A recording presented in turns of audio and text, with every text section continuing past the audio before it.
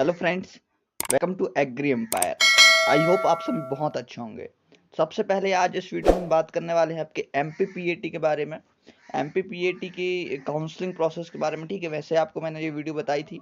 इसमें आज हम बहुत सारे आपके डाउट्स क्लियर करूंगा। सबसे पहले मेधावी छात्र योजना क्या होती है, कितने आपके स्कोर पर आप मेधावी छात्र में आ जाओगे, क्या मेधावी छात्र में पूरी स्कॉलर वापस होती है, किस किस को मेधावी छात्र योजना का लाभ मिलेगा।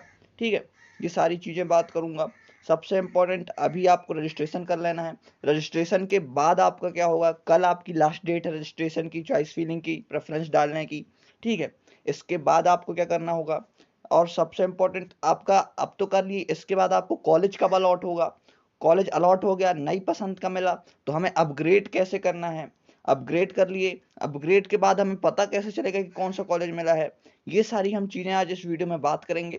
और भी डाउट्स हैं जो आपके मैं यहाँ पर क्लियर करने वाला हूँ, है ना। तो वीडियो का एंड तक जरूर बने रहना, क्योंकि यहाँ पर मैं सारी आपको चीज़ें वहाँ पर प्रॉपर तरीके से बताऊँगा कि आपको क्या करना है क्या नहीं करना है।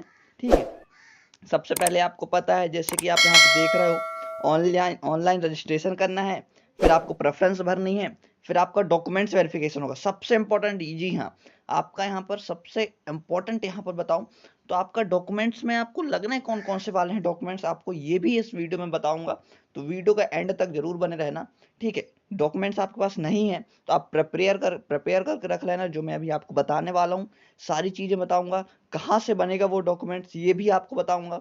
ठीक है, अब यहाँ पर बहुत सारे बच्चों की ये भी डाउट आते हैं कि कॉलेज हमने कर लिया है या फिर हमने सेकेंड ईयर थर्ड ईयर में, तो हम लोग की टीसी अभी मिली नहीं है, तो हमें क्या लगना है, तो उनकी जगह उनको माइग्रेशन लगेगा। ठीक है, और वैसे भी अभी आपको कॉलेज वेरिफिकेशन में आप जब अभी जाओगे ना, तो वहाँ पर आपको टीसी नहीं लगने वाली, ये आप ध्यान रखें। और मैं आपको सारे डॉक्यूमेंट्स भी बताऊंगा कि आपको क्या क्या लगने वाला है अभी आप वेरिफिकेशन कराने जाओगे तब, है ना। आपने अभी, आई होप आपने सभी ने यहाँ पर रजिस्ट्रेशन करा लिया होगा, नहीं कराया है तो आप करा लीजिए, कल लास्ट डेट है आपकी, अभी भी समय है रजिस्ट्रेशन का, कोई दिक्कत नहीं है। 550 रुपये आपकी फीस लगेगी, पता है आपको। ठीक है, यहाँ पर देखो आपके कौन कौन से डॉक्यूमेंट्स आपके डॉक्यूमेंट्स वेरिफिकेशन में लगने वाले हैं, ये भी यहाँ पर दिया है।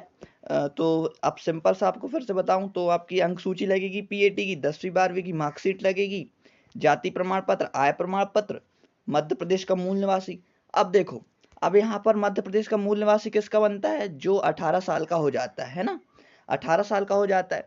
बाकी यहाँ पर कई सारे स्टूडेंट ऐसे होंगे, बहुत सारे स्टूडेंट ऐसे भी होंगे जो अभी 18 के नहीं हुए हैं, या फिर होने वाले हैं, या फिर अगले साल होंगे। ठीक है, या फिर अभी 17 के ही हैं, या फिर अभी 18 के जस्ट अभी 2 महीने बाद होंगे, है ना। तो ये सारी चीज़ें रहती हैं, तो अब उनका मूल निवासी तो बनेगा नहीं, तो कैसे वो मूल निवासी कैसे करें। तो अब सबसे इम्पोर्टेंट, उनका यहाँ पर पिताजी का मूल निवासी लगेगा, और लगेगा तो लगेगा, पर उनमें उस स्टूडेंट का नाम भी होना चाहिए उस पिताजी के आपके मूल निवासी में, क्योंकि वहां पर देखा जाता है कि आपके पिताजी के मूल निवासी में आप उनके बच्चों का नाम है कि नहीं, आपका नाम है कि नहीं।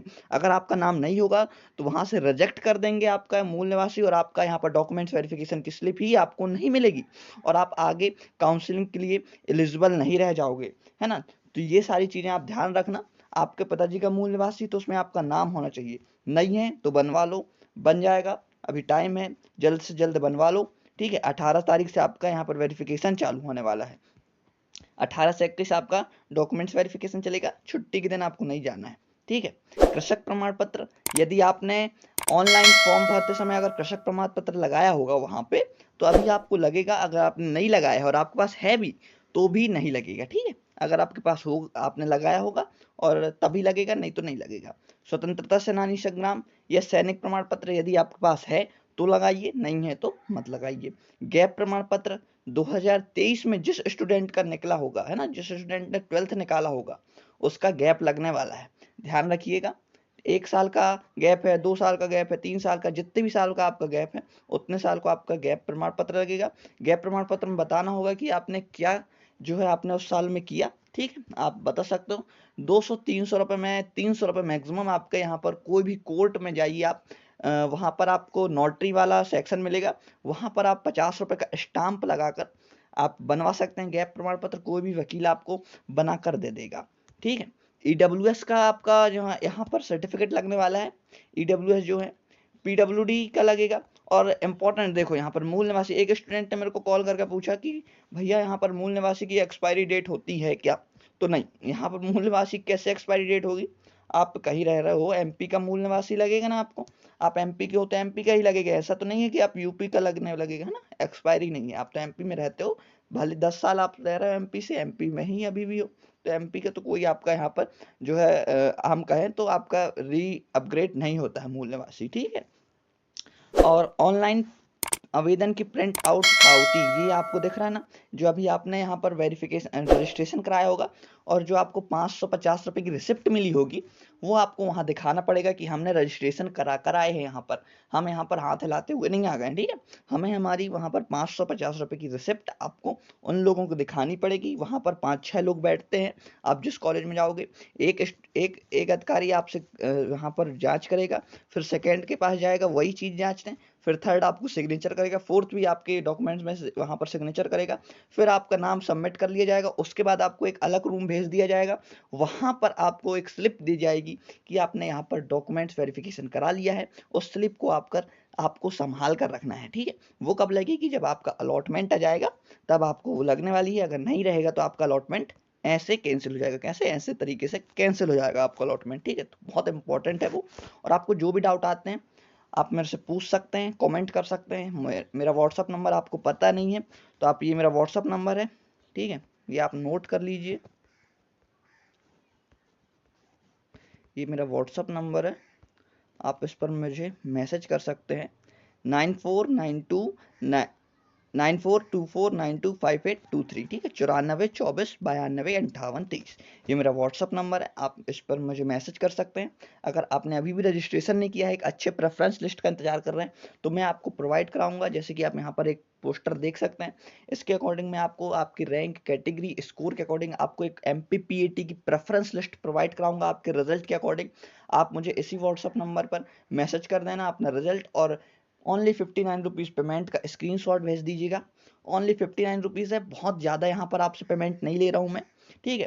59 रुपीज़ आप, हो सकता है कभी भी ऐसे ही खर्च हो जाते हैं आपके, पर अगर आप अच्छे से अपना सिलेक्शन लेना चाहते हैं तो 59 रुपीज़ में आपका सिलेक्शन होगा, तो इससे बड़ी बात और क्या ही हो सकती है, ठीक है।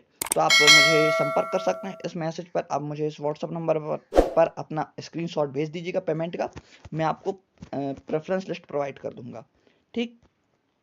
आप समझ गए होंगे। आपको यहाँ पर वेरिफिकेशन के लिए जाना है तो आप यहाँ पर जा सकते हैं, ठीक है। कौन कौन से यहाँ पर आप कॉलेज में जा सकते हैं, ये मैंने पहले बताया है, कौन कौन से कॉलेज में आपको जाना है। तो ये सारी चीज़ें थी। और सबसे इम्पोर्टेंट, आपका मेधावी छात्र कितने स्कोर से होता है? अगर आपके 12th में 70% से ऊपर हैं, आप कोई भी सब्जेक्ट से हो, चाहे आप बायो से हो, चाहे आप मैथ से हो, चाहे आप एग्रीकल्चर से हो, ठीक है। अगर आपके 70% से ज़्यादा है किसमें? 12वीं में, तो आप मेधावी छात्र में आओगे। फिर आपको पेमेंट सीट मिले चाहे फ्री सीट, आपकी सारी स्कॉलर वापस हो जाएगी, ठीक है। ध्यान रखना है, आपको 70% से ऊपर है, आप कोई भी ST SC OBC सारे स्टूडेंट को यहाँ पर फायदा मिलेगा इसका। आपके पेमेंट सीट मिले आपको, चाहे आपको फ्री सीट मिले, चाहे एग्रीकल्चर में, चाहे हॉर्टिकल्चर में, चाहे फॉरेस्ट्री में, तीनों में ही आपको स्कॉलर वापस मिल जाएगी अगर आपके 12th में 70% से ऊपर है। और आपको अलॉटमेंट कब आएगा ये भी आपको बता देता हूँ, ठीक है। अभी आपने यहाँ पर 18 से 31 तारीख को आपको वेरिफिकेशन कराने जाना है, 25 से 29 के बीच आपका अलॉटमेंट आ जाएगा। यहाँ पर उन्होंने साफ साफ मेंशन करके रखा है, यहाँ पर देखो, ऑनलाइन पत्रों की ऑनलाइन उपलब्धता, ठीक है। ऑनलाइन आवंटन पत्रों की मतलब रजिस्ट्रेशन वालों की, यहाँ पर आपको पता चल जाएगा कि कौन से किसको किसको यहाँ पर अलॉट हुआ है कॉलेज, है ना। तो ये सारी चीज़ें हैं, आई होप आप समझ गए होंगे। तो मिलते हैं फ्रेंड्स ऐसे ही नेक्स्ट इंपॉर्टेंट अपडेट के साथ।